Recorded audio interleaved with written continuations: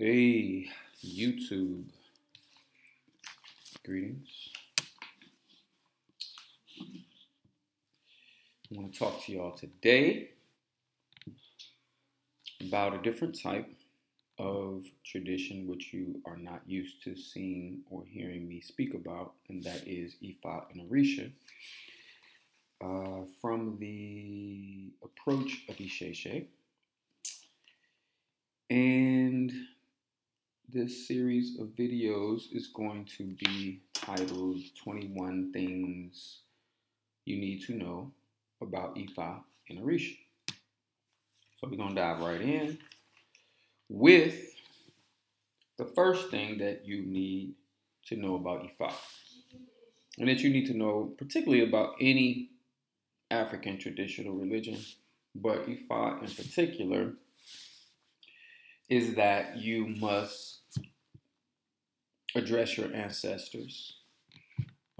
For the ancestors are the foundation of all African traditional religions. Okay, in any African traditional religion, you must address your ancestors. You must make sure that they are in agreement with your spiritual path, and that they are ready to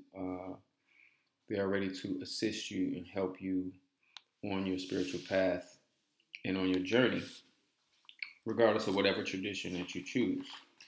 Uh, whether it be Ifa, whether it be Palo, whether it be even Voodoo. But particularly in Ifa and Orisha practice, we definitely want to um, venerate our ancestors as they are the foundation of everything that we're going to build upon in the tradition. The second thing that you need to address properly and that you need to acknowledge instantly is your own Ori, your consciousness. Okay? If your consciousness or your Ori is out of alignment, then nothing can get done. Nothing can get done, uh, regardless with any Orisha. Nothing can get done, period, in any tradition if the Ori is out of balance. Um, and this is why you must learn to feed and cleanse your Ori. And, the best way to learn about this is to begin down this path of Ifa and Orisha work, is to get a Ifa reading, which you can book on my website at the links below.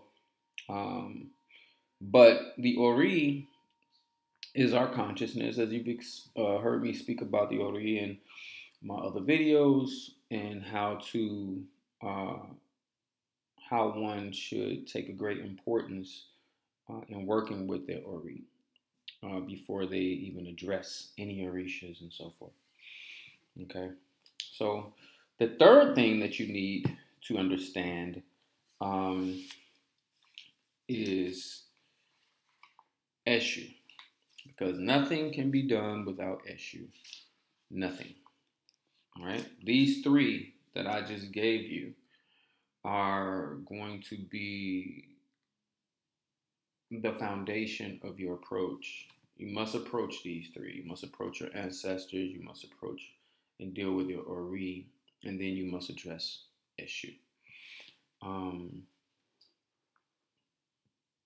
we must get the idea out of our head that Eshu is a trickster. Okay? Everyone wants to get you to believe that Eshu's a trickster. People think that he's the devil and all of these different things. This is erroneous. It's not true, and it needs to be understood that Eshu is a master teacher who actually reflects back upon the initiate aspects of themselves in order to help them to master themselves, in order to help them to develop good character, things of that nature. So uh, he also represents the polarity that exists in life, and He represents the conjunction of where opposites come together in life.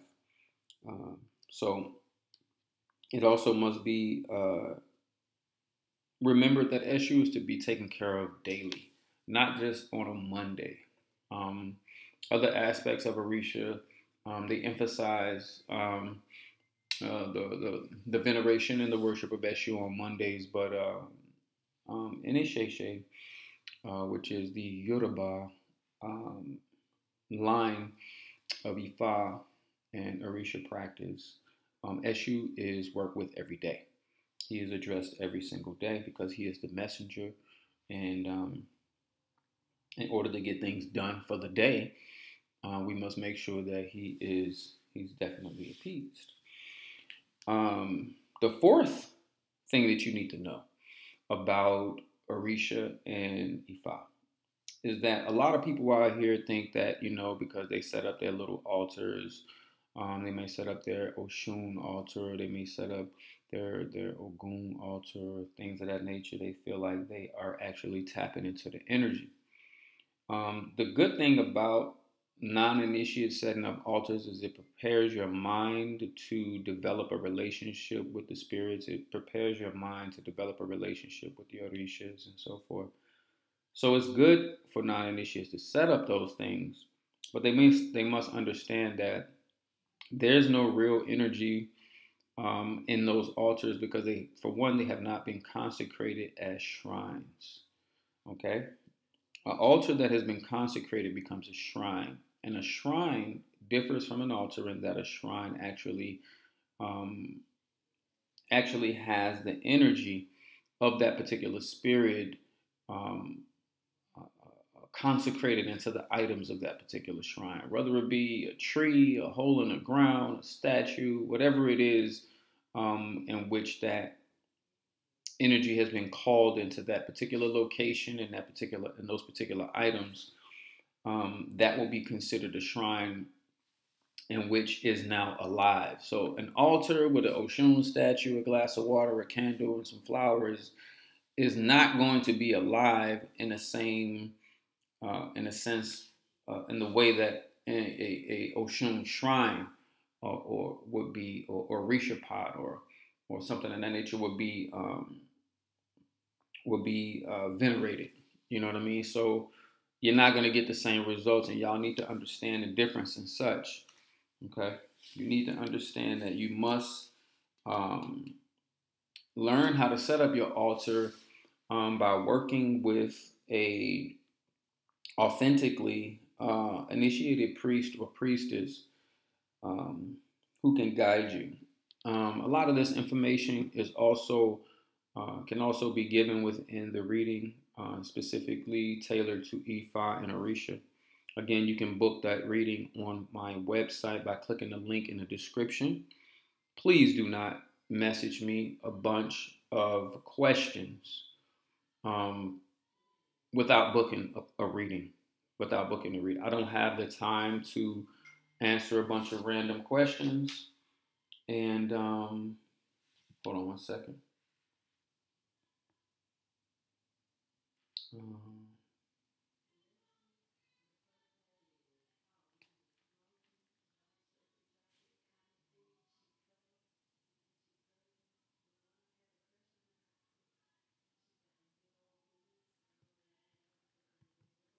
I'm sorry. Um, so it must be uh, it must be understood that it's okay to set up the altar. It's really okay to set up the altar, but you must know that you are not tapping into no real power.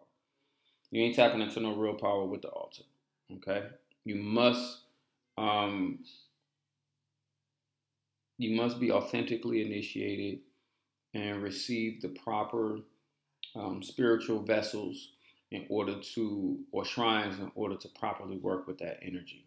So a lot of y'all out there who think that y'all doing something, um, a lot of y'all out there who think that y'all doing something by working with your little altars and stuff like that, and saying shit like, oh, I'm finna I'm in my Oshun energy and all of this kind of shit because, I got my altar up and all that kind of stuff, or you know what I mean. I cried on my altar and this happened and that happened and shit like that. None of that shit is working like that. That shit ain't even been fed, and it really don't have no energy in it until you are properly initiated and you properly start to receive the tools that you need in order to work with the Orishas correctly. Then you're not going to really get any type of result on what it is that you're doing. Like I said, though, all of these things can be explained more in depth when you book the reading. When you click the link in the description of the video and book the reading, then we can go completely in depth. You can discover your entire um, destiny and what it is that you need um, to be doing. Okay. This is different from a consultation. The consultation and the general 1 hour reading that I usually provide is a reading to diagnose a spiritual problem in regards to a situation you may be dealing with. So if you're having problems in your life, then we do one type of divination. If you just simply want to know, can I get a love spell done? Can I do this? Can I do that? Then a 30-minute consultation will suffice. But what this particular reading does is it actually gives the person a snapshot of everything that's going on around them in their life, as it is articulated through the Ifa Oracle. So when you pay for this particular reading, you're going to you're going to receive a great deal of information about who you are, about what you are. You'll even find out what Orisha is working with you, what Orisha is your father, what Orisha is your mother, and stuff like that. Um, Again, number five, which leads me to go into number five, which is knowing your Orisha and how to find out who your Orisha is, because a lot of people be walking around here on some real bullshit. You know what I mean? Oh, I'm Oshun because I'm pretty. No, just because you're pretty don't mean you Oshun. Let's get that shit straight. You know what I'm saying? Just because you like to fuck don't mean you Oshun. You know what I mean? And for the men, just because you like to fuck don't mean you're Shango. You know what I'm saying? You just a hoe. You know what I'm saying? Just stop playing. It ain't got shit to do with that. You know what I mean? You cannot determine who your head is by Googling characteristics of the Orishas and matching them up with your personality. You cannot determine that type of, you cannot determine who your Orisha is by doing that. And you cannot, let me explicitly say this shit, because I've had people come to me who have told me that, so and so said they Oshun and they this and they that after getting a tarot card reading. You cannot determine who your Orisha is from no tarot card reading. Period. You must receive a reading from a from a from a Babalawo or Ayanifa, okay, in order to who is able to consult with Ifa to find out, you know what I'm saying, everything that's going on with you, including your Orishas. And there is no such thing in Isheshe as having two fathers, okay? Another thing, some people be like, oh, I'm Eshu Ogun and all this. That doesn't exist because you got to have a mother and you got to have a father. So in an Ifa reading, in a proper Ifa reading, you find out actually who is the masculine deity that governs your energy and your destiny, and also who is the feminine energy that walks with you and governs your destiny in your life and so forth. So, um, you have to receive an Ifa head reading to get your head marked. There is no other way about it. I wouldn't even tell you to go to a palero or nobody like that. Not to say that they can't inquire using their forms of divination, but it won't necessarily be accurate. It won't necessarily be accurate until you actually consult with a Babalao and consult with the Ifa Oracle. So this is the first video in a number of videos. We're going to go through 21 things that you need to know about Ifa and Orisha. And this is the first 5. There'll be another video to follow. Will be 5 through 10, 10 through 15. 11 through 15, 16 through 21, and so forth. So there'll be a couple of more videos following where we'll be going through more things that you need to know. And if you have any questions about a couple of the points that I mentioned, if you have any questions about the points that I mentioned, you're free to submit a question in the comments.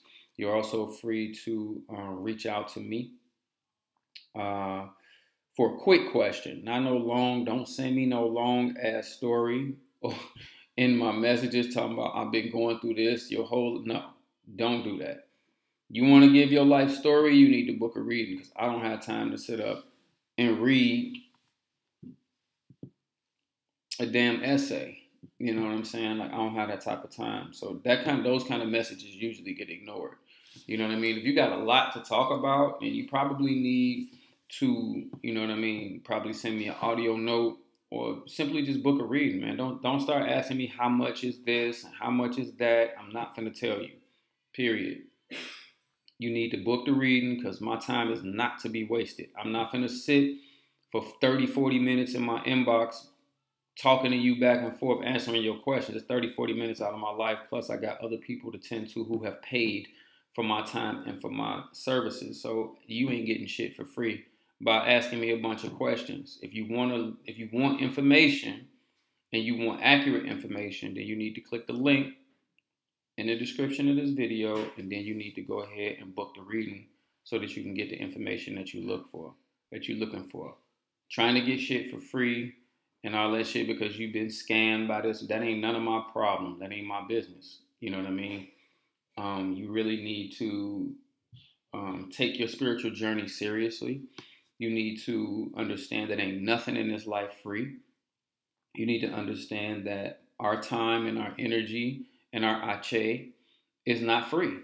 So, you know, don't bullshit yourself. Just go ahead and just book the reading to get the information you need because a lot of people out here are being misled and they're getting readings done from people who do not guide them in the right way. You know what I mean? They want to manipulate them, they want to use them, they want to all types of shit. I've heard so many different horror stories in all of the different traditions, everything from, Palo to, Santeria to Ifa to, all of that. I've heard the horror stories of people who get the runaround. And, I really don't need anything from anybody. I'm not here to, I don't need to manipulate you. I don't need to do none of that shit. You know what I mean? It is what it is. This is what we do.